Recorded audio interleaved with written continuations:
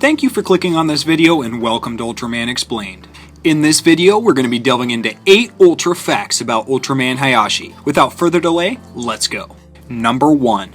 Superman had an evil counterpart, also named Ultraman, who preceded the series by about 2 years.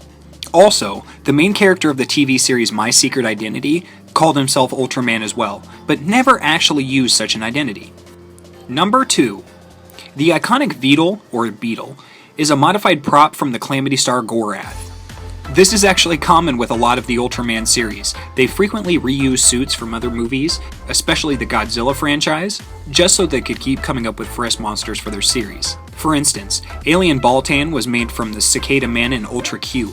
Several sources have expanded on this, saying that the Baltans are indeed related to the Cicada people. And Godzilla was blatantly used for giraffes. More specifically, the body of the Invasion of the Astro Monsters suit was combined with the head of Mothra vs. Godzilla suit. The body had been turned into Gomez, and given a few adjustments like a frill. E.G. Tsuburaya never intended giraffes to look like Godzilla, but budget issues forced them to borrow some of the old suits from Toho. More than a few of the monster suits come from the Godzilla movies, since E.G. Tsuburaya actually owned the suits, not Toho. Apparently, there were considerable difficulties in getting a new monster costume. Later, costumes were, in a number of cases, simply recycled from earlier ones. Like Bemlar was recycled into Gyango. Gesher was reused from the giant lizard Peter in Ultra Q, with added fins from the Raygon suit. And Red King's suit was made into Aberras, and then back into Red King for his reappearance. Number 3. Ultraman was originally going to be in an Ultra Q episode, where he was going to be an alien villain, instead of a superhero. Number 4.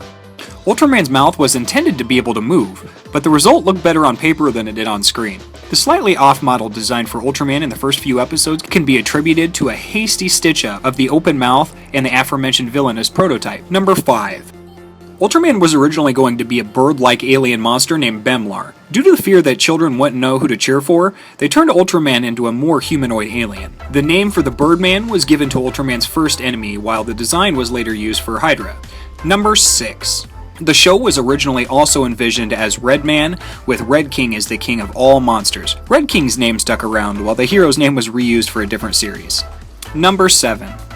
Another early draft for the show was Woohoo. This time, Ultraman was a comical bug-eyed alien named Wu, who befriended a news reporter named Joji Akita, and had to fight monsters and avoid the armed forces who saw him as a threat.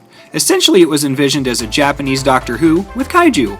The alien's name was recycled, and the concept was revived in 2006 as a separate series called Bioplanet Wu. Number 8. The Forbidden Words episode was originally envisioned as an Ultimate Alien episode in which Mephilas, Zerab, Baltan, Dada, and the Khmer team up to conquer the Earth. Hoshino was also intended to be the boy that Mephilas would attempt to persuade, but Sotoro, who was credited as Hoshino's actor, had broken his leg on a ski trip, hence his disappearance after episode 24. Well, with that about wraps it up here for 8 Ultra Facts about Ultraman. Go ahead and leave me a comment at the bottom of this video telling me what you think or any other videos you'd like to see me do in the future. Go ahead and smash the like button as it lets me know I'm doing something right. And go ahead and hit subscribe so that you can stay up to date with all the videos released here on Ultraman Explained. Thank you for watching and have a wonderful day.